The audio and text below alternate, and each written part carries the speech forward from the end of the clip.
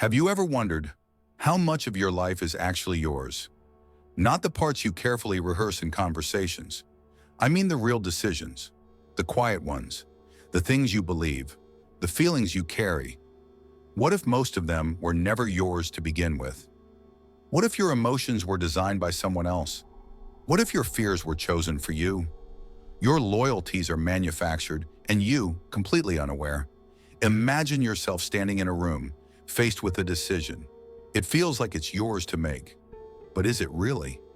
Someone flashes a warm, reassuring smile. You soften. A voice rises in anger, and before you even realize it, you're apologizing, shrinking, trying to smooth the air. At first glance, these are ordinary moments. Innocent, everyday human exchanges. But beneath them lies a far more unsettling truth. For most of your life, you've been pulled by invisible strings. Strings you didn't see but felt. In conversations with friends, in family gatherings, in the clever design of advertisements, in the subtle tone of a lover's voice. You've been persuaded, guided, even controlled by forces not of your own choosing. And the worst part? You believed you were always in control. What if I told you that many of your feelings, reactions, and decisions weren't entirely your own? What if every choice you made was quietly sculpted by someone else's intention? Not in some grand, sinister, world-dominating conspiracy, though history has its share of those, but in the ordinary, seemingly innocent acts of day-to-day life. A friend's disapproving glance, a parent's sigh of disappointment, a headline designed to spark outrage, an influencer's carefully chosen words.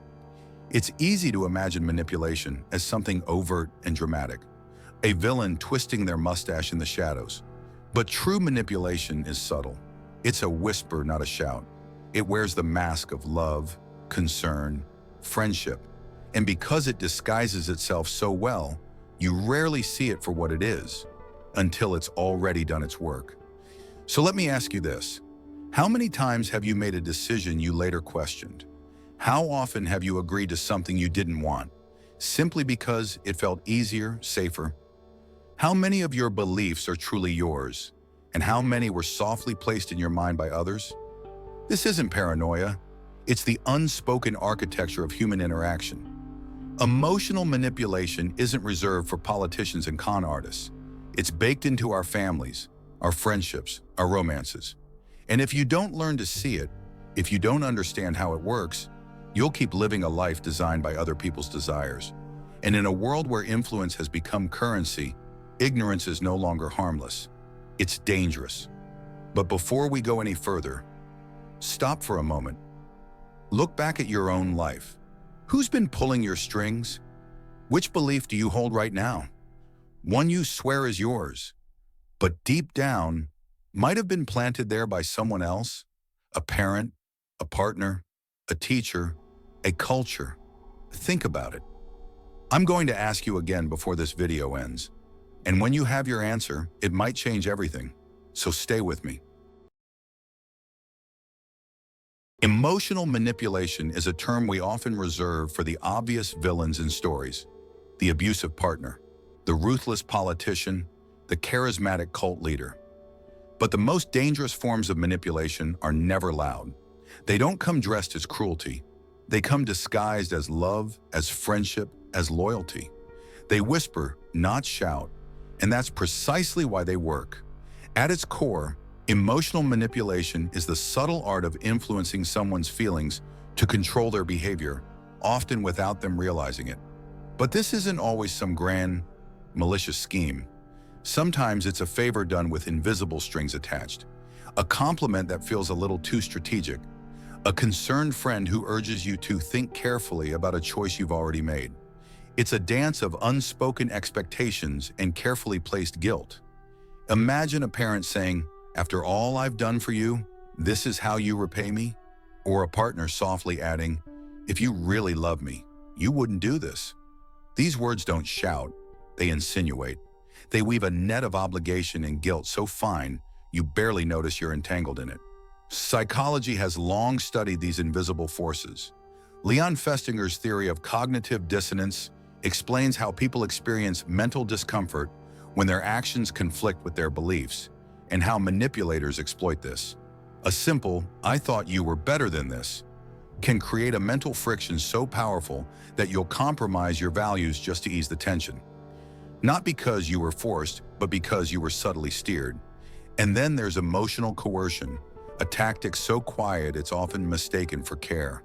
It uses fear, shame, obligation, or flattery to push people into decisions they wouldn't otherwise make. The boss who compliments your loyalty right before asking you to sacrifice your weekend. The friend who guilts you into choices because we've been through so much together. The manipulator's toolkit is elegantly simple. Guilt to make you feel responsible, fear to make you feel threatened, shame to make you question your worth, obligation to remind you of your debts, and flattery to lull you into vulnerability. None of these are inherently evil on their own. In fact, they're part of ordinary human interaction. But when deliberately weaponized, they become tools of psychological warfare.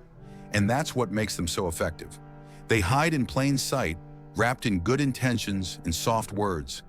And by the time you realize what happened, you've already said yes. You've already apologized. You've already changed your mind. We like to believe we're immune to manipulation, that we can spot a lie, detect a trap, outwit the cunning. But the most successful manipulators aren't obvious. They don't look like villains. They look like people you trust, people you love. And in truth, almost everyone has been manipulated this way at some point, without ever realizing it until long after the strings were pulled. Now step back for a moment. Zoom out from the personal encounters, the family dinners, the workplace conversations, the subtle tensions in friendships, and look at the world as a whole. Because what if this isn't just an individual flaw in human interaction? What if it's the very structure of our society? Emotional manipulation isn't some rare weapon reserved for the cunning few. It's systemized, institutionalized, engineered into the very frameworks that shape how you think, feel, and behave. And the terrifying part is how easily we've accepted it as normal. Take advertising. Its entire existence depends on manipulating emotions. Not logic, not need, but desire, insecurities, status anxiety, the fear of being left behind, fear of missing out. A term so common now, it has its own acronym, FOMO. Marketers don't just sell products, they sell identity, validation, belonging. That new phone isn't just a device, it's a symbol of relevance. That skincare routine isn't about health, it's about worthiness. Emotional triggers, strategically exploited, one campaign after another. And it doesn't stop there. Politics has long mastered the art of manipulating collective emotion. Fear is one of the oldest tools of control. Convince people they're under threat from outsiders, from ideas, from each other, and they'll surrender freedoms they never thought negotiable. Patriotism is twisted into a weapon, not as a genuine love for one's country, but as a demand for silence. If you're not with us, you're against us. Loyalty becomes a leash. Dissent becomes betrayal. Religion, too, historically and in modern forms, has often walked this line. Not necessarily as malevolent force, but as a structure capable of harnessing human emotion on a mass scale. The promise of eternal reward, the threat of eternal punishment. Love tied to obedience, fear tied to faith. It provides comfort, yes, but comfort can also be a chain. And then there's social media, perhaps the most advanced form of emotional manipulation humanity has ever created. Algorithms designed not to inform or connect, but to trigger. Outrage spreads faster than understanding. Sadness drives longer engagement than joy. Manufactured vulnerability from influencers, carefully rehearsed breakdowns for sympathy, confessions calculated for likes. It's no longer about authenticity, but about performance, and the audience willingly plays along. Groupthink thrives here, social conformity amplified at global speed.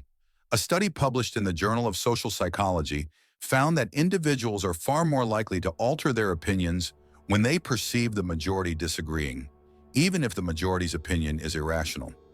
Emotional contagion, the phenomenon where moods spread within groups, has been proven to occur online, meaning your sadness, your rage, your excitement might not even be yours.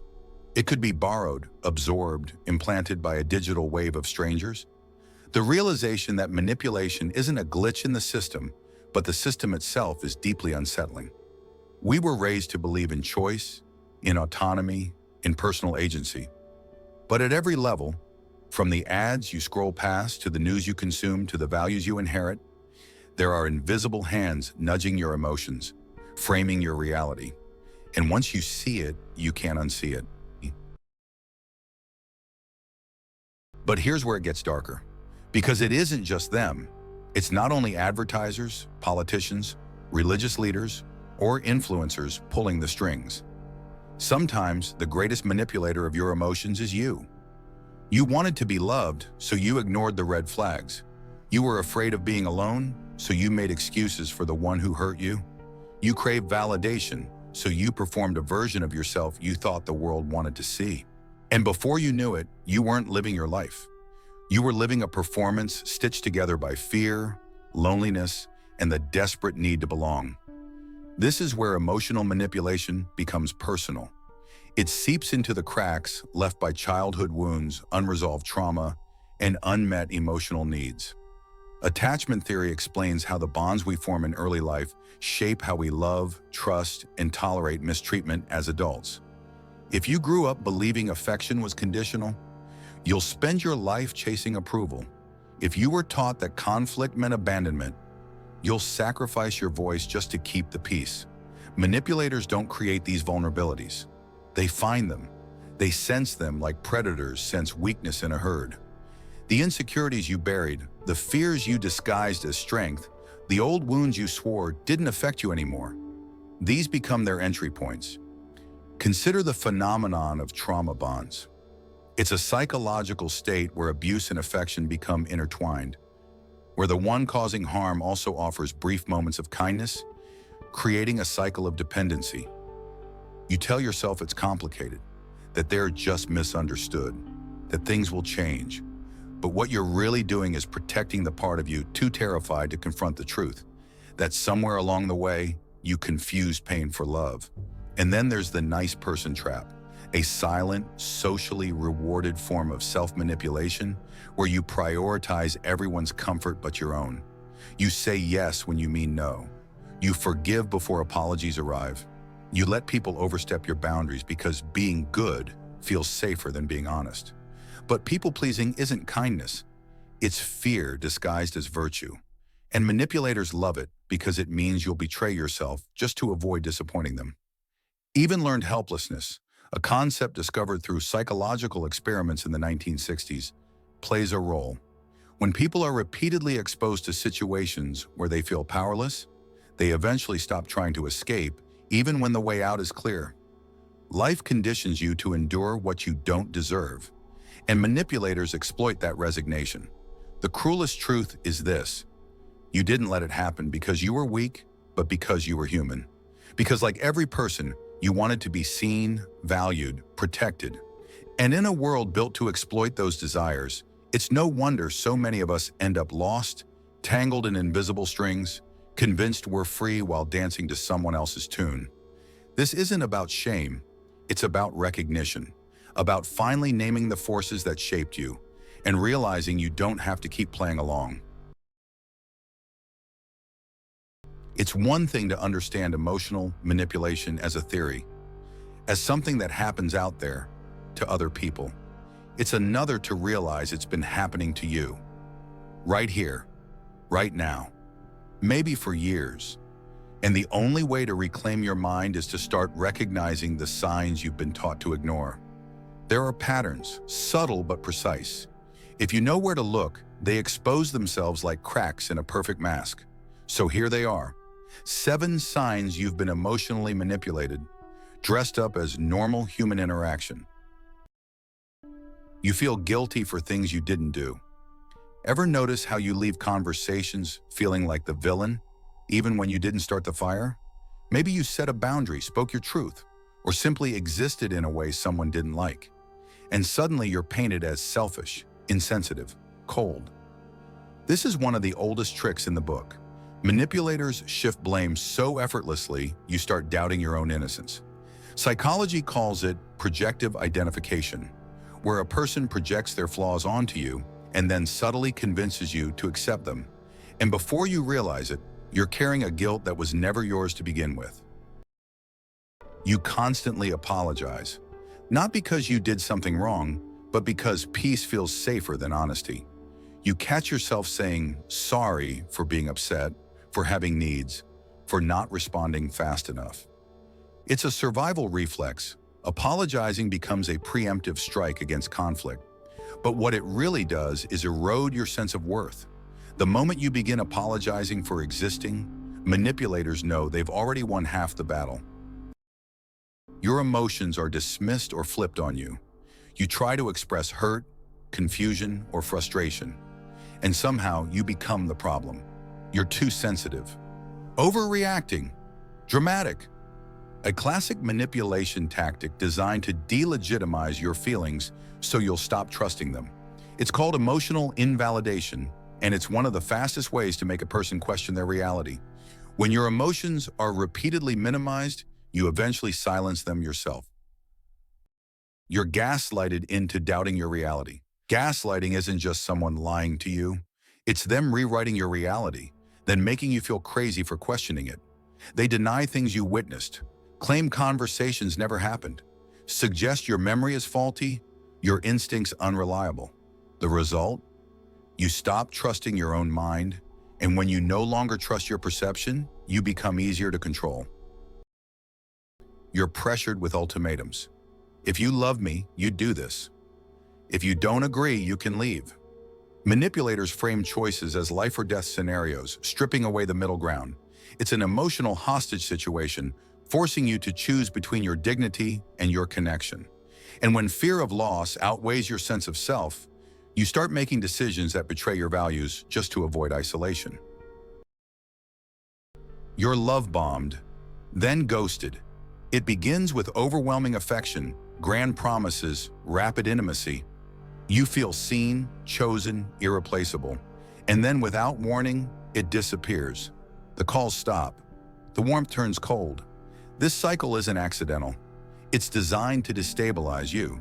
The human brain craves consistency. When affection is given, then withheld, it triggers a withdrawal effect, making you chase the manipulator's approval like an addict chasing a high.